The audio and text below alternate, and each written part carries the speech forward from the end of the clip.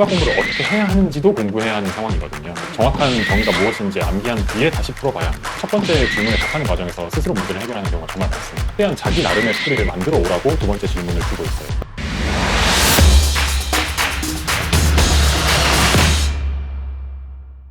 안녕하세요. 델탑수학 원장 미진수입니다. 고등학교 1학년 전담하고 있는 최기열입니다. 네, 선생님 오늘은 피가 되고 살이 되려면 어떻게 질문해야 되는지에 대한 주제로 한번 이야기를 해보려고 하는데요.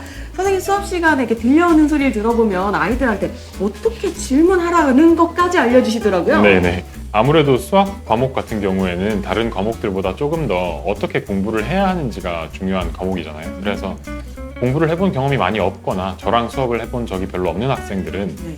수학 공부를 어떻게 해야 하는지도 공부해야 하는 상황이거든요. 그래서 특히 중요한 모르는 문제를 어떻게 처리하는지 그리고 저한테 어떻게 질문해야 하는지를 좀 많이 강조해서 설명하고 있습니다. 그러면 질문할 때 가장 중요한 것이 무엇일까요? 첫 번째도 두 번째도 질문하는 타이밍입니다. 그 타이밍이 문제 난이도에 따라서 조금 달라질 것 같은데요. 그쵸. 쉬운 문제는 어떤 타이밍에 질문하는 게 좋을까요? 보통 쉬운 문제라고 하면 이제 개념 단계 문제를 말씀하시는 것일 텐데요. 네.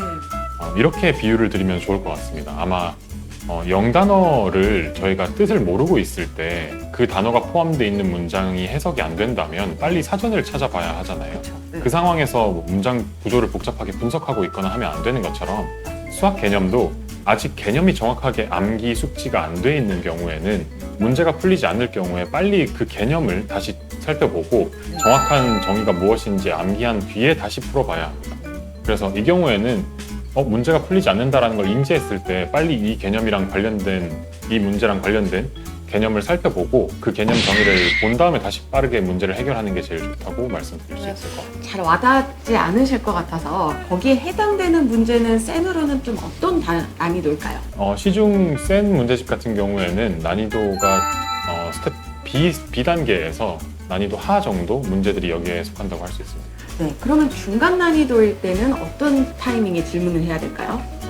중간 난이도 문제들의 경우에도 여전히 학생들이 개념을 아직까지 정확하게 암기하지 않았을 수 있거든요. 그래서 일단은 개념은 다 잘 되어 있는지를 확인을 한번 해야 하고요. 그렇기 때문에 문제가 잘 풀리지 않는다고 하면 어떤 연관된 개념이 있는지 떠올려보고 그 개념들의 정의를 살펴본 다음에 분명히 내가 개념들을 다 알고 있는데도 문제가 풀리지 않는다고 하면 그때는 그 문제가 주고 있는 특수한 정보, 특수한 상황에서 어떻게 내가 알고 있는 개념을 써먹어야 하는지가 지금 문제인 거거든요. 네. 이 경우에는 한 5분에서 10분 정도 더 고민을 하고 질문을 하거나 해설지를 보는 게 좋습니다.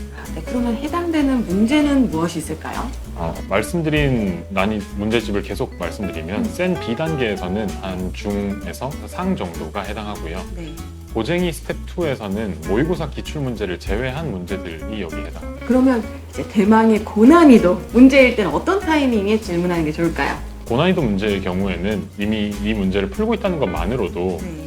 학생이 개념은 학습을 끝냈을 가능성이 크거든요. 네. 그런데 어려운 문제들을 오래 고민하는 경험이 고3 정도로 가게 되면 시간이 부족해서 여유가 없기 때문에 할 수 있는 경우가 잘 없습니다. 그래서 고1 학생들의 경우에는 조금이라도 더 시간이 있을 때 어려운 문제를 본인 힘으로 한번 붙잡고 고민해보는 경험을 쌓는 것도 중요한데요. 네. 극단적이라고 생각하실 수도 있지만 2, 3일 정도는 고민해보는 것도 좋습니다. 그럼 2, 3일 동안 내내 이렇게 막 풀고 있어야 될까요? 그런 건 아니고요. 아마 학생들이 그렇게 할 수도 없을 거고 네.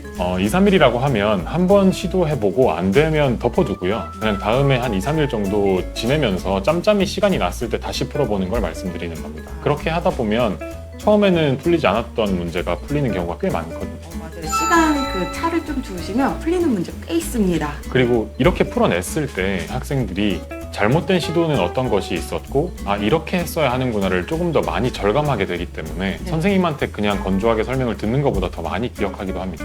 그러면 이제 타이밍에 대해서 한번 알아봤는데 그럼 어떻게 질문을 진짜 이렇게 구체적으로 좀 이렇게 와닿지가 않거든요. 네. 근데 선생님 수업 시간에 뭐 주시는 거 있죠? 네네. 저는 그게 너무 궁금합니다. 한번 소개해 주세요.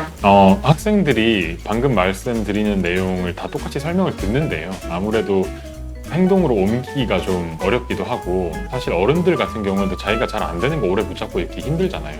그래서 알지만 잘 못하는 학생들이 있기 때문에 수업에서 숙제를 받아가면 질문하기 전에 꼭 작성해와야 하는 포스트잇이 있습니다. 이렇게 생겼는데 이게 약간 가이드라인 같은 거네요. 네. 여기에 질문이 2개 써 있습니다. 이 질문에 답을 해와야 네. 선생님이 답변을 해주고 그 질문이 크게 2가지로 있는데 첫 번째는 방금 말씀드린 것처럼 아까 문제가 해결되지 않는 경우에 첫 번째 이유가 개념이라고 말씀을 드렸잖아요. 네. 개념 때문에 문제가 해결되지 않는 건 사실 굳이 선생님한테 가지고 가기가 비효율적이거든요. 그래서 학생들한테 이렇게 묻습니다. 주어진 단서가 어떤 것이 있었나요? 라고 묻고 여기에 대답을 하려면 학생들이 문제를 다시 보고 그 문제가 어떤 이야기를 하고 있는지 다시 한번 귀 기울여 봐야 하거든요. 네. 그 과정에서 이 문제에 있는 이런 정보가 그냥 내가 알고 있는 그 개념 가리키는 거구나 라는 걸 떠올리게 되고 사실 첫 번째 질문에 답하는 과정에서 스스로 문제를 해결하는 경우가 정말 많습니다. 문제 안 읽어서 틀린 애들도 되게 많잖아요. 네, 그런 경우도 걸리겠네요. 그렇죠. 네. 여기서 많이 걸러진다고 볼 수 있습니다. 그럼 2번째 질문은 무엇일까요? 2번째로는 어떻게 풀릴 거라 예상했나요? 라고 질문이 되어 있는데 아까 말씀드린 것처럼 문제가 풀리지 않는 2번째 이유가 가장 이제 메인 이유인데 알고 있는 개념을 어떻게 써먹어야 하는지를 모르는 거거든요. 네. 그런데 어떻게 써먹어야 하는지를 모르겠다고 하더라도 선생님한테 저 아무것도 모르겠어요. 떠오르는 게 없어요. 라고 질문하면 사실 선생님이 그냥 줄줄 나열하는 풀이를 무미건조하게 듣기만 해야 하기 때문에 학습이 잘 이루어지지 않습니다. 그래서 틀렸다고 할지라도 혹은 잘 모르겠다고 할지라도 최대한 자기 나름의 풀이를 만들어 오라고 2번째 질문을 주고 있어요. 그렇게 되면 학생들이 자기 나름의 풀이를 가지고 와서 선생님한테 이야기하는 과정에서 선생님의 설명을 들었을 때 저렇게 했어야 하는 거구나. 내가 이렇게 풀이 가닥을 잡았는데 여기에서 선생님이랑 달라졌구나를 조금 더 체감하게 됩니다. 그러면 이 질문한 내용들 또 오답노트로 만들어야 될 텐데요. 오답노트 작성해야 될 텐데요. 네. 그 방법은 다음 영상에서 소개해 드리도록 하겠습니다. 네. 감사합니다.